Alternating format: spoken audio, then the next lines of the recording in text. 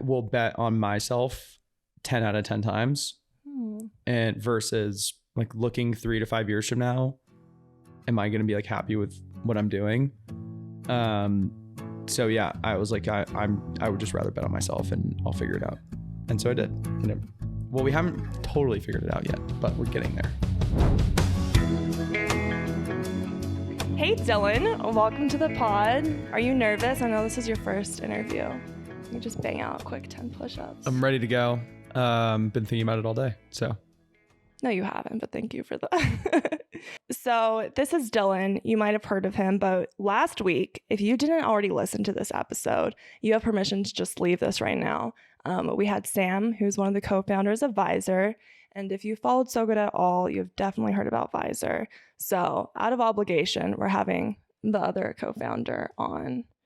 You're welcome. Thank you. He begged. Very excited. I actually drink my smoothie every day. So not a plug. I'm not just saying that. I actually do. Did you work out today? I did not work out today. I have a basketball game this evening. Oh, this is true. So quick anecdote. I can't work out with Dylan anymore. I'm scared to work out with you. Why? I just need to budget 3 days afterward because I'm going to be out of commission. No, we did solid corner. Yeah, and I was dead. Didn't we do berries too? Our first time meeting in person was at Solid Core in New York, I think. And yeah, if you haven't done Pilates in months, and then just do it. It's actually Legree. What? There's a difference. What? Pilates and Legree. There's a difference. Okay, anyway. This is Mr. Fitness Master. And the last time we did berries, and oh my God, I'm still traumatized. I thought we were in agreement. Like, this isn't going to be our best showing, but at least we're here. Next time we will do Rumble. Sprinted. I like Rumble.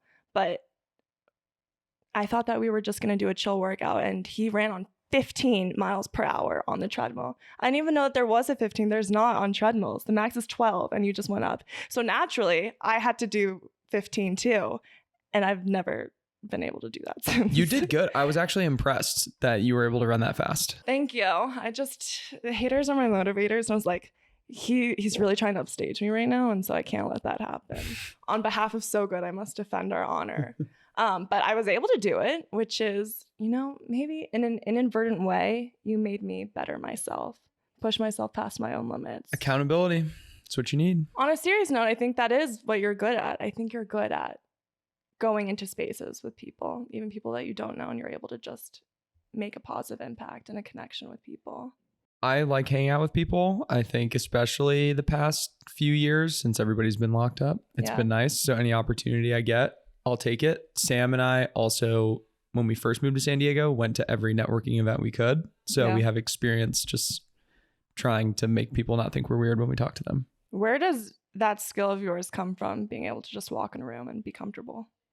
The way I feel like we both do it the same way. It's just like, we came here for a reason, and these are the people we need to talk to, and we can't leave until we talk to them. So we just either sit around and wait until the opportunity is right, or we just go straight in for it. So, we always look at it like, what's the worst they can say? Works every time. Did it at Expo West, if anybody's ever been. Talked to almost every brand I tried to. So. I was telling Sam how my favorite part of that was at your guys' Vizer happy hour thing. She went up and gave like this beautiful speech on why we're all here, and you came up and was like, so there are endless tacos and drinks. Everybody enjoy. Thanks for coming. And then I said, and DJ play Roses. That's my favorite song. Oh, yes. So let's backtrack a little bit. I think people know who you are now, but let's go back to childhood Dylan, way back when. What was the beginning of your relationship with the wellness space like? I actually just talked about this with someone else. I used to be like fat as a kid, so like straight up, everyone's like, funny. It's not funny. Everybody thinks they were a fat kid, but I was definitely like in elementary school, and then lost weight sophomore year in high school, and then junior and senior year, I was like, oh, I need to bulk up for football, so I just ate everything I could, would drink like soda before bed, and got up to I think like 230 pounds or something. And I kind of just hated it. So one day I just like woke up and said, I'm not going to drink soda anymore, eat salads, drink a gallon of water a day, purely from like an aesthetic standpoint, if that makes sense. Like just so I would look good. Yeah, it wasn't wellness. It was just so I would like air quotes look good. And that definitely stuck with me through college. So having that idea, like, no, I need to work out 7 days a week and I can't eat bread. Yeah. So I can like be visually attractive in some capacity, is super unhealthy. So I didn't really start thinking about that until 2 years-ish, a year and a half after I graduated college. And that's when I was in San Francisco, hated my job, was super sluggish, worked out all the time, but I would like have to take naps in the middle of the day because I probably wasn't eating right. I wasn't maybe sleeping enough, going out on the weekends. And so then when Sam kind of came with the idea behind Vizer, I was like, well, I'm actually struggling with the opposite. Like, I feel like I'm working out all the time. So what does it actually mean to be like healthy? And I feel like wellness wasn't even really a concept. Like if you heard somebody talk about wellness 5 years ago, they'd be like, oh, that's like a medical thing, or you're a hippie. Yeah. So yeah, I think it was a big eye rolling term. Yes. A couple years ago. And now it's something that corporations invest. You say wellness, everyone's like, you're from Venice Beach and probably smoke weed all the time and like wear tie-dye shirts. And now it's, I mean, every single person is cognizant of, I feel like, their body, whether they do anything for it or not. So from a young age, you said elementary school, you were a bigger kid all the way up until when?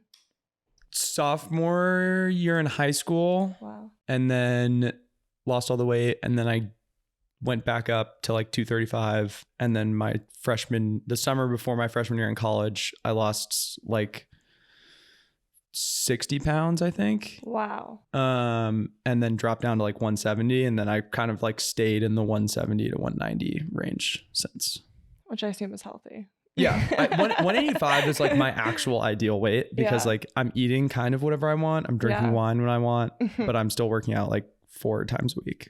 Is that something that sticks with you over time? Like having been a bigger kid when you were younger and like going into sports, was that something that was like still like a large kid mentality in your mind? Yeah, I think like having an unhealthy relationship with food for sure still sticks with me. Like anytime I eat something, I'm like, oh, I'm gonna have to work out tomorrow. Well, at least I used to think like that. I don't really do it as much anymore. Yeah.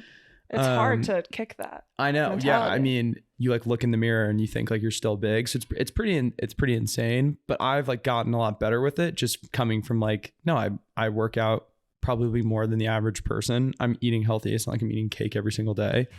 And if I focus on other things, it will actually impact it just as much, if not more. So sleeping, stretching, like I'm starting to get really big into mental health. So whether that's like, I haven't done it yet, but I'm getting close to starting meditating. Therapy? Well, therapy too. What? Yes, we talked about therapy. What was the first one? Meditating. Oh. but therapy was on the list too. Therapy's on the list too. We talked about on our like Founder Fridays thing for Vizer. We talk about it with one of the guys we work with, and it's like this massive stigma around therapy. So where's the last Founders Friday?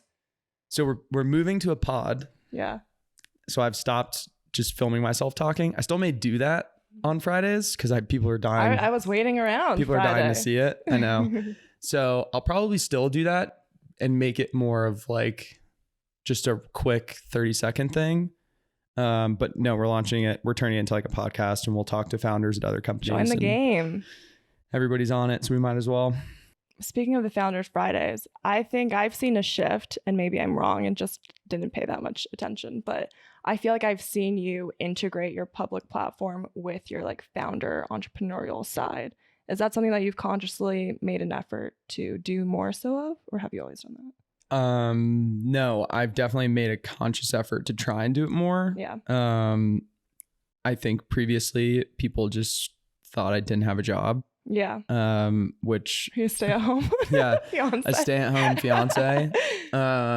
So I've been trying to like promote that a little bit more. That's always kind of been my personality though. Like I was to just come like off as like to not come off like that. Like I would always like, I think on the other side of the spectrum, a lot of people used to think I was like dumb in like high school because I would just like not talk about anything. I would just like make jokes all the time. And then now, and I don't want to go too far to the other side, but yeah, I just think like that's what I do all day. It's what I'm passionate about. So why not like share that with people, and whoever finds it interesting, amazing. If you don't, also great.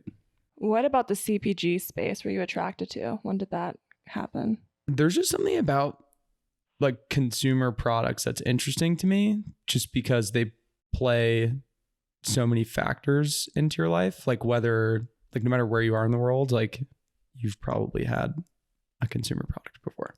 Yeah. Probably, right? 100% chance. 99%. So for me, I just thought it was interesting that there's been such a shift in what I used to eat at home when I was a kid into like what it is today.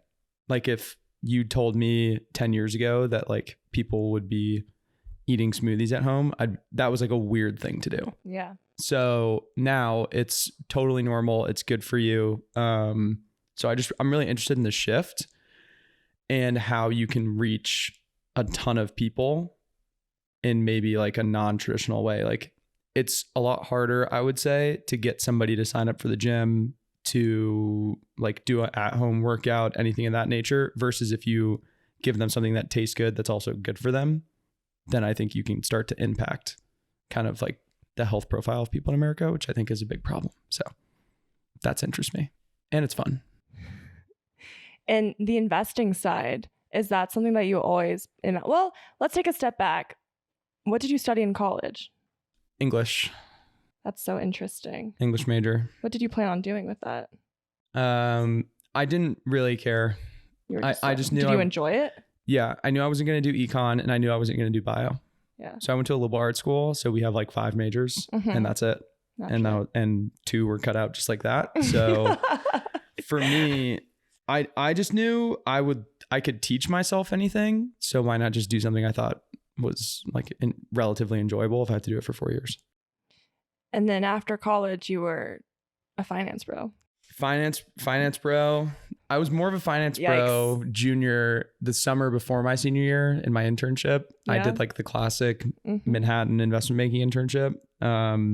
Very finance bro-y. This then moved to the opposite side into wealth management, which is like definitely more slow. Yeah. But yeah, I mean, it just like, I think I had a fascination with like money, which sounds bad. Mr. Krabs. But just like, yeah, just like, I just think it's interesting, like the things you can do with it. Like my internship was really interesting because I was in public finance. So we found ways to finance like hospitals and bridges, which I thought was cool because it's like very tangible. And I think I like just like the tangibility of it. So from the investment side, I don't really have like I'm not like, oh, let me see your accounting books and things like that as an investor. I'm like, the brand's at the stage that we do it, which is like super early. It's like the brand is good. The product is good. It's better. It's in the better for you space. And then it's like really just like, how do I get along with the founder? And do I think that they're going to figure it out? So that's the way I look at things. And it's really interesting. I love the space so much. Things grow so fast and the people are so cool. So I feel lucky. And I feel like every person you talk to, well, first of all, Dylan knows everyone. I'm getting there slowly but surely. Just a couple people here and there he doesn't know. But I feel like from the first time I met you too, you're like, who do you want me to connect you to? Who do you want to talk to? And when I would meet other people connected to Vizer, I would say like, oh, how do you know them? And people would say like, oh, Dylan connected me to X person and Y person, or invested, or connected me to an advisor. And so I feel like you just have that talent. Space builder, I guess. I like when I graduated college, it all starts from Williams, which is where I went to school. The network is really cool. That like, one, it's a good network. People are in like very successful positions, but 2, everyone's super willing to just like help any kid who went to Williams. And I think I just kind of wanted to take that with me somewhere. So anytime I reached out to an alum, like a majority of the time they'd at least like respond. And I felt like when we first started Vizer, we always asked people for intros. And so I'm kind of like paying it back by doing it. Nice. So anytime somebody wants an intro, if I know them and I like can think it makes sense, then yeah, I'm more than happy to do it. What is a component of Vizer and like stepping into this space that has scared you and like kind of drawn on an insecurity or a personal struggle of yours? I guess from the like health side, not a ton. I think I've just been super open to learning. I think from the business side, that's definitely more intimidating for me. I think, as I'm sure it's probably become more of apparent, I'm more like business minded. Sam's like vision, brand, like goals kind of thing. Yeah. So for me, the not having like a finance background or a tech background or an entrepreneurship background, that has been more like of an insecurity thing when we come to do things, versus like in the health space, I've kind of come to terms with like, oh, I don't know, this is interesting. I kind of just want to learn. Yeah. So I'd say that's probably more what's been. Well, you're also very young. Yeah. Which is, how's that been in this space? I feel like it's both a good thing and a struggle sometimes. Well, the best time to start is when you're young, because you have less responsibilities. You have more time. Yeah. Initially, I think it obviously handicapped us. Like we were 22 and 23, I think, when we first started. Wow.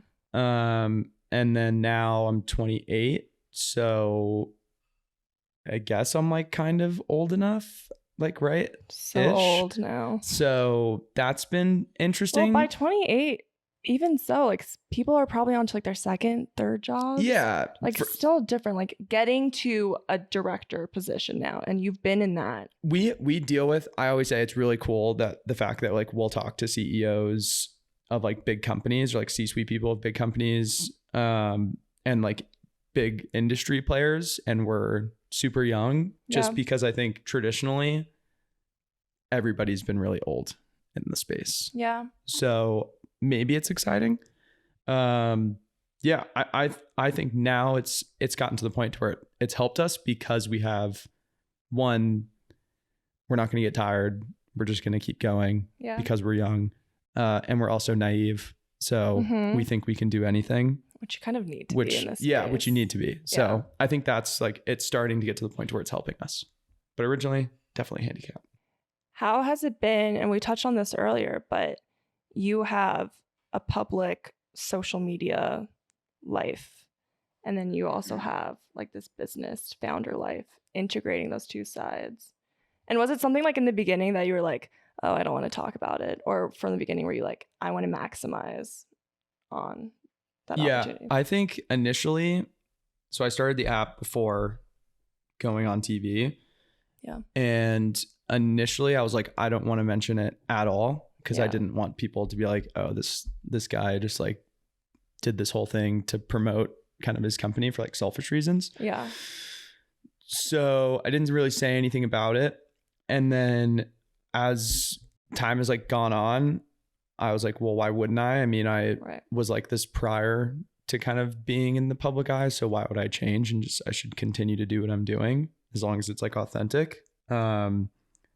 It's easy to get distracted. I think there's a lot of like shiny things that you can do. Like, go back on TV, start a podcast, do influencer partnerships, go to events. Yeah. And like, I feel like Hannah and I both have kind of been like, no, let's just do our own thing and do the things that we like, and that will make us happier. So I've been like really happy with the fact that I haven't gotten as distracted as. Was that hard in the beginning? Because I feel like, as you said, there's so many shiny things, and I feel like you kind of backed away pretty quickly. You're like, I have my own thing that I'm working on, and most other people didn't do that. I think if I hadn't given up a lot in the beginning, then it would have been a harder decision. So like, I worked at Morgan Stanley, just like one of the best banks, I would say, top banks, small, tiny little boutique bank. And I quit to start this, and I was like, why? And I was like, that was a big decision. So being able to be like, well, no, I did that for a reason. I'm just going to continue to do that, versus be like, oh, I want to go to all these events and do these things and like stuff like, I don't know. I was just like, no, I've gotten this far. I'm just going to keep going. And I got what I wanted out of it. I met Hannah, so it all worked out. You got what you wanted. Got what I wanted. That's what I wanted. I wanted to meet Hannah. So you got a fiance.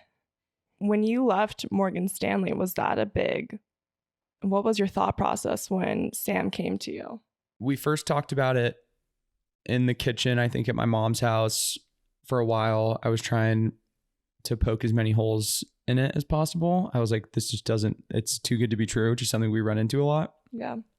And once I had finally gotten to the point, I was like, oh no, like this actually makes sense. And I think we could do it because we believed in it so much. We were the right people to do it. I honestly didn't even know what I was doing.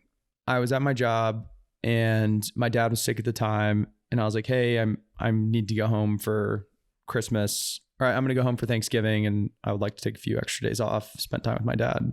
Yeah. And he was like, that's fine, but you need to come back for Christmas. And then right there, I was like, what am I doing with my life? And Sam was like, I'm moving to simultaneously. She's like, I'm moving to San Diego to start this. And I was like, okay. And then I just quit my job and then moved to San Diego. I was like, yeah, let's just figure it out. I still had literally no idea what I was doing. And then one day I was like, oh, okay, I guess we're starting a company. I will bet on myself 10 out of 10 times. And versus being in that position, I was like, what am I like looking 3 to 5 years from now? Am I going to be like happy with what I'm doing? So yeah, I was like, I would just rather bet on myself and I'll figure it out. And so I did. And we haven't totally figured it out yet, but we're getting there. Well, it wouldn't be fun. What were those earlier stages of Vizer like for you guys? The grind. So fun. People say like the beginning is the most fun. I would say that's probably true. The beginning is the most fun? Yeah, you look back on it and I mean, it could be like a nostalgic thing, but it was very fun because like everything was new. Yeah. And like any little victory is like the Super Bowl and you're like, oh my God, like, holy shit, I can't believe this just happened. Tons and tons and tons of like massive learning curve with one tech, but two, just like a company in general. Cause no one really does what we do. So we didn't have like a blueprint to go off of. So yeah, I thought it was so much fun. We met with as many people in San Diego as possible. I think we met with like 300 or 400 people the first year we moved here and just sat them down, bought them coffee and told them what we were doing. And we're like, what do you think? And I feel like every time around the holidays, we take time off. And that was when we would like recap the year, be like, oh my God, I can't believe we've come this far. Looking towards next year, this is kind of like what we want to do. And I think this year will be very fun because it will be I think coming up on the 4th or 5th year. I think 5th year since we've started, and then 4th year since the app's been live. So, because we did the entire first year, we didn't even have an app. Yeah. We just had a little prototype, and it's just like a PowerPoint with buttons essentially. And we'd be like, it's ready in 2 weeks. You should probably sign up now because the guys down the street just signed up, and it's going to be insane. And 8 months later, it was finally ready. So we kind of just had people sitting around.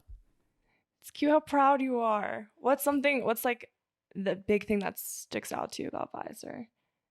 That's something that you just makes you the most proud. I like it when people tell us it like something can't be done or it's unlikely to be done. And we're just like so insanely confident and we're like, no, like we're going to do it. And that happens every few months. So that in general, I think and the fact that we've like kind of stayed true to the concept. Yeah. And it's tough sometimes. Yeah. Because like everybody has like feedback. Yeah. And so when you're starting out, it's hard to know what points do you take in and actually act on versus what do you like take in. You're like, I hear them, but I'm not going to do that because we know better essentially. So that's like a hard thing to balance, but yeah, I mean, I think the fact that I can work out in San Diego, fly to New York, redeem a free juice press, go down to Texas, hit up True Food, visit Lexie, it's so good. Visit Lexie, it's so good. Go to Vegas, we have rewards in Vegas. I mean, like we're all over. And when we turn Walmart on, we'll be in. I mean, the retail puts us in every city in America almost. So that's like the fact that it's like now literally in cities I would have never been to, there are Vizer rewards. So I think that's really cool. You said earlier that you don't have the vision side. That's Sam's side. Well, That's, like, you have so much. we You're very creative too. From the get-go, when I first talked to you, one of the things that drew me most to you guys, I just felt like you had an endless resource of ideas. We have a ton of ideas. Yeah. We are not short on ideas. Yeah. I think executing them. Yeah, executing them sometimes. Funding for them. Yeah, that's the tough part. I think Sam's good at looking forward. I'm good at like, okay, these are the 5 things we need to do to get there. Yeah. Kind of. Okay. And how do we do that? And we took a founder's test. I can't remember what it was called, but essentially you get 10 traits. It's like a personality test. Kind of. Did yeah. Sam make you do for this? founders? No, we had to do this for this competition. Okay. And there's 10 traits, and like she got the first 5 and then I got the last 5. Wow. So essentially it just said that we were like polar opposites, which was great to start a company. So I think we balance each other. What do you feel like you've grown the most in as a founder and manager of other people? Listening from a business standpoint, like just listening to what people want and not trying to like cram something down their throat and being like, well, what do you like? Tell me what you want and what the problem is, and I can try and figure it out. And confidence, I would say, I think initially in like what we were doing and talking to brands and potential partners and in any capacity, just having like the confidence to be like, no, what we're doing actually works. I think that has grown a ton. So I would say confidence and listening. Have you always had confidence? Because you are very like, and it's tough to not be obnoxious in this space, but Thank just you. being confident. You're not obnoxious. You're welcome. Yeah. Yeah, but you're just like confident. And I feel like you can talk to anybody and make a connection with like a spoon. I think excellent. From my perspective, it's like knowing what you don't know. And I think that's the difference between like cocky and maybe confidence in that sense. Like when I don't know something, I'll be like, I don't know what that is. Can you explain that? Okay, great. And I always try to say like, this is my opinion and this is how I think about things. Initially, like not really, like it was like faux confidence. And then now like through this, starting Vizer, definitely have built up like a more like organic, authentic style of like being confident. And that's just because I have this not obsession, but like when I start doing things, I have to know everything I can to feel confident. So I try to learn as much as possible. And then I'm like, oh, I can rely on these things. English major. Find your evidence, create points, point back to them always. What's your thesis statement? Exactly. That's what I'm saying. So that has helped me get confidence. And then in like personal confidence, I think that's tough to develop because I feel like I didn't fully have it going on TV. And like, that is like probably the worst place to not have confidence. Oh my God. And then kind of terrifying. Like afterwards, I think I was able to be like, okay, no, I actually was myself and people didn't hate me. And so that's great. Yep. So that developed confidence. So I was like, great. Okay. I can actually just like be myself. Do you handle stress well? Yes. Yeah. Pressure. I handle a chill person. I handle stress and pressure well. Yeah. I remember this one person when we were doing a accelerator here in San Diego, she was like, anytime you're stressed, just like take a deep breath in because the oxygen will get to your brain and you can clear, you literally can think clearer. So I always just think like, okay, one, how do you avoid stressful situations in general through like preparing for them? Yeah. But yeah, I like to think I handle stress well. I mean, I get stressed, but I feel like I'm able to kind of like, this is what I think we should do. Let's move forward and whatever happens, happens. I was talking with Sam about what she is beyond just Vizer. What are those things for you? And it's easy as a founder to like get over, like just consumed by what you're doing. How do you take a step back? Yeah, work-life balance, something we talked about last week. The main thing for me is playing sports. I'm in a flag football league, a basketball league. I'll probably join one more, maybe like softball or kickball. And just like, do you know how to play tennis? I don't know how to play tennis. I would like to. You? I'm down. Yes. So yeah, just like playing any type of sport is really fun for me. And that's like my escape. I play video games a lot because all my friends do, and so I don't like get to see them if they're not here in San Diego. So that's like really, really fun for me. How do you what? What do you mean? What do you mean? You see them playing video games? No, yeah, like we all play online together. So that's like my time to hang out with them. Got it. Okay. Do you like FaceTime as you play? Sometimes, but not always. All right, continue. Yeah, so yeah, we'll do that. And then just like other things, I'm just learn about other things like CPG investing, real estate, crypto stuff, just traveling. So I try to like separate myself physically and mentally from what we're doing all day. He's a traveler. I'm jealous of your travels. Greece, come I feel like every time I text you, it's like, oh, next week I'm gonna be in Italy, Greece. Gotta travel. All right. Any other? I love So Good. So that's again not a plug. I have it every single day. Makes me so happy. Yeah, I really like it. I think what you guys are doing is interesting just because and why we love working with you is because like your guys' products are accessible from like a one brand standpoint and like price point versus there's traditionally been something called the health tax when like healthy products are just they cost more expensive just because. Yeah, it makes no sense. So like from you guys, like fits in perfectly with what we're trying to do from the democratizing wellness standpoint, where we want everybody to have access to living a healthy life. And I think you guys fit right in with that. So I'm happy to be here and support any way I can. And I want to say Dylan's also one of our brand advisors, and he's just been such a wealth of like knowledge and just excitement. And thank you for everything you've done and continue to do. Thank you. Welcome. Let me grab the smoothies. All right, so I'm back with our acai of relief smoothie. He's drinking a berry godmother smoothie. What's your favorite? You're just a berry guy. I'm a berry. Like. I'm a berry guy. There's one with strawberries. Right? Berry appealing. Yep. Strawberry banana. Yep, that's mine. So plain. Yep, that's my favorite. Sorry. All right, so Dylan has just been so lovely to talk with. It I guess it's been like almost a year since I first met you. It feels like longer, but yeah, I think it feels like longer. Around a year. And I just feel like this space, especially, I went in thinking it was going to be really competitive and everyone was just going to be mean. But even if your competitors on the shelf, people have been really nice just in person. And I feel like Dylan, from as soon as I met him, was just very welcoming and just wanted to help in any way that he can. And that was really nice for me starting out, to come from someone who's like established and really like getting there, but just in the industry. And it was just like a nice welcome, I think, to have met you pretty early on in my foray into this space. So thank you. Thank you.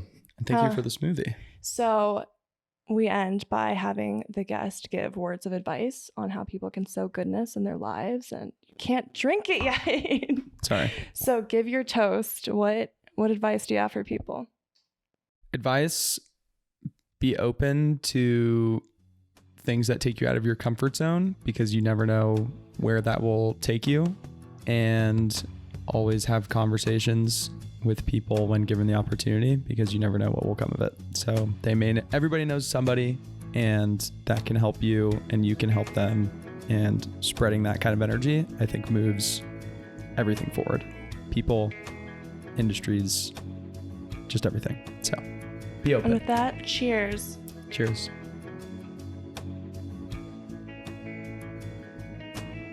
Or chug. We did it. And that is Vizer. Let's go.